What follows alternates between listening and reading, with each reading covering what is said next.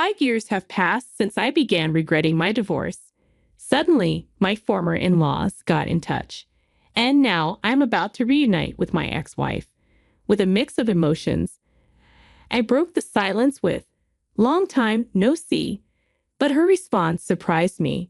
"My name is Keith Miller, a regular 40-year-old office worker. 5 years ago, I divorced my wife, Lily, whom I had been with since our student days.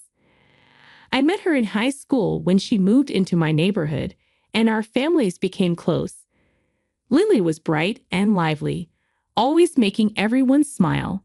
I was a serious and somewhat gloomy boy, but Lily befriended me, and our relationship continued through college. When we were 21, our families had dinner together. Lily's father, a bit tipsy, joked, "There's talk of Lily marrying the son of my company president." Emboldened by the alcohol, I blurted out, "I'm the one who will marry Lily." I must have had feelings for her from the beginning. Amid everyone's teasing, I still remember her blushing in the corner of the room. True to my declaration, we got married when we were 28. We supported each other's careers, and our families were overjoyed. "Keith, true to your word, as expected," Lily teased me about that night at the dinner. Our newlywed life was blissful. Just having a wife waiting at home made all the work stress disappear. Since we had known each other for so long, we never ran out of things to talk about, and her cheerfulness brightened my mood. However, those days didn't last. After I turned 30, my work became busier and business trips became more frequent. As I got busier, I found myself unable to focus on our family life. "Maybe it's time we think about having kids," Lily would hint, but I couldn't respond. It wasn't that I had stopped liking her. I thought maybe when work calms down, we could return to how things used to be. But finally, when we were 35, after a typical business trip and preparing for the next, came home to find the house unusually tidy. There was Lily with a resolved look on her face. "Let's get a divorce. If we continue like this, even the happy memories will turn sad." Her expression was one I had never seen in all our years together. That was when I realized how selfish I had been. Regrets came too late. We went through with the divorce, and I lost contact with Lily and her parents. The days that followed were terrible. I went through the motions at work, but my heart wasn't in it. Colleagues, aware of the situation, tried to introduce me to new people, but I wasn't interested. After all, Lily was the only woman I had ever known. I lived as if crushed by guilt. 5 years have passed. I am now turning 40 alone and feeling lonelier day by day. The regrets only grow, and memories of Lily flash in front of me like scenes from a past life. Remembering the days we met, the evenings we spent walking home together, and our newlywed life. The longer the relationship, the heavier the loneliness that weighs on me. I was sure I would never see her again. One day, as I was slowly coming to terms with this, I got a call from Lily's parents. They said they wanted to meet and talk. Seeing them much older made me realize how time had passed, and I was no different. They didn't scold me but gently asked, "Keith, what do you think about Lily?" I shared my feelings of regret and apology for the past 5 years. They just poured out of me. I wanted to see her just one more time. At that moment, her father looked me straight in the eyes and said, "Would you remarry Lily?" His words reached my ears clearly, and every other sound was blocked out. As hard as I tried, my brain couldn't catch up. Seeing my stunned expression, he started to say, "If you are," then his wife cut him off, saying, "Let's wait until you meet Lily," murmuring with downcast eyes. They took me, and we got into a taxi. We arrived at a major university hospital. I could only follow them, not understanding why. The person lying in the hospital bed was indeed Lily.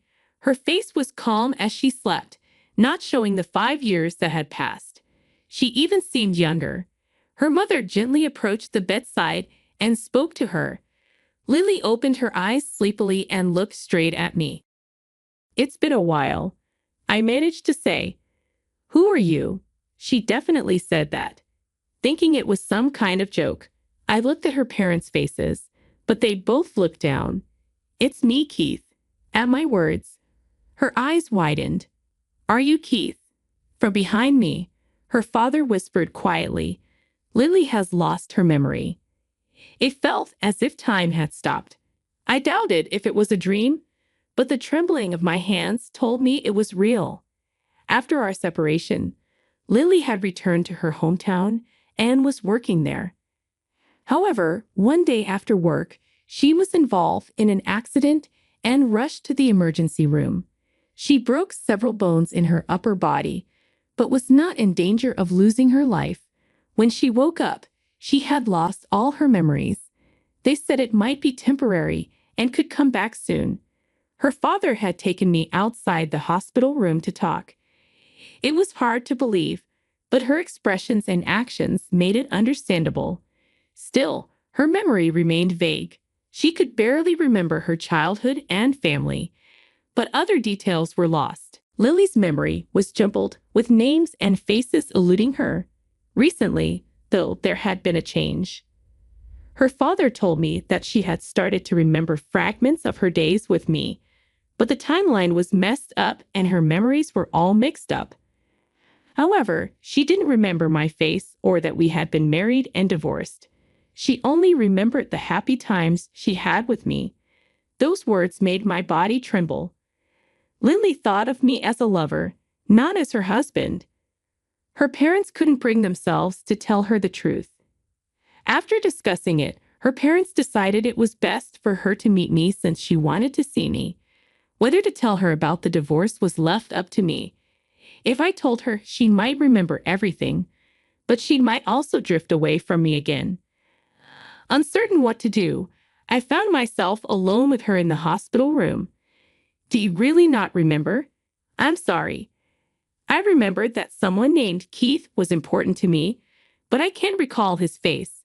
She spoke with eyes as pure as a young girl's.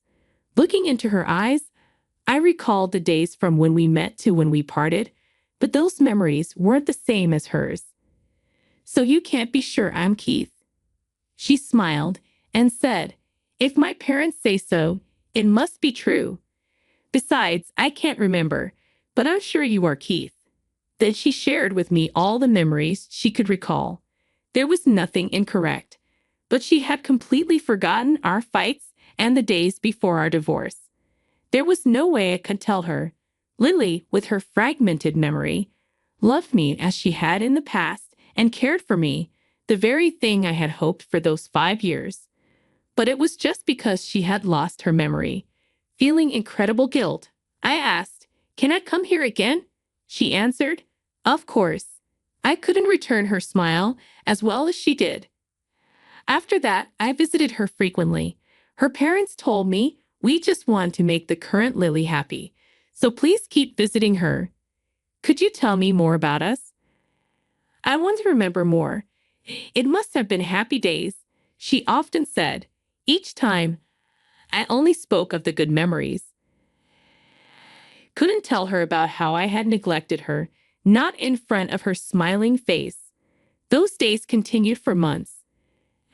I explained the situation to my parents, and they also met Lily a few times, naturally keeping our marriage a secret.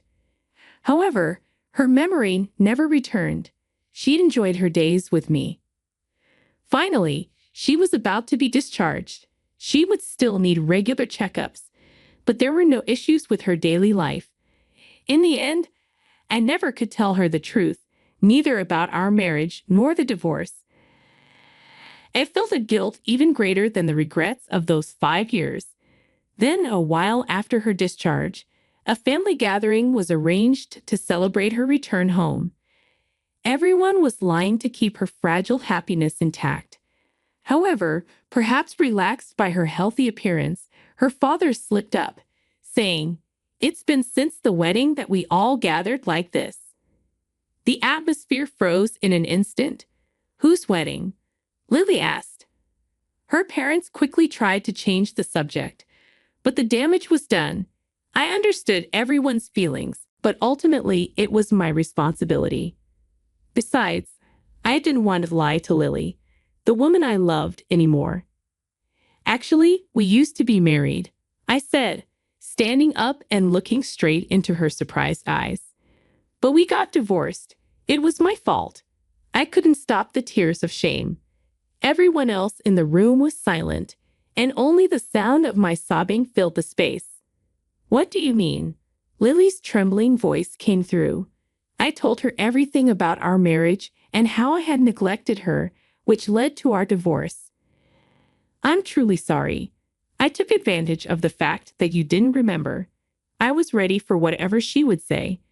In the end, I was just being selfish and causing trouble for everyone. I shouldn't have been the one crying there at that moment. Lily gently placed her hand on my shoulder. Then let's get married again, Keith. Her voice was unbelievably kind. Led by her hand, I raised my head to meet her eyes.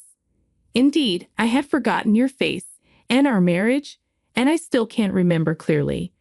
But I do remember that I loved you. Her firm voice continued to resonate in the room, and I still love you now. I want to be loved by you again, including all the sad memories. Her words soaked into my heart. The regrets and guilt I had wouldn't disappear. But finally, I saw a bright path forward, the direction I needed to go. Lily, let's get married. I hugged her while crying with sobs. Our parents also cried tears of joy as they blessed us. Lily held me tightly and whispered in my ear, "It feels like this has happened before." Yes, but I won't let you forget again. I promised her. A few days later, we officially remarried and started living together anew. Lily's memory isn't perfect, but now that's okay. If there's something she forgets, I'll teach her. My role isn't just that. I aim to make the fun memories even more fun and to transform the sad memories into happy ones. This is what I have vowed in my heart.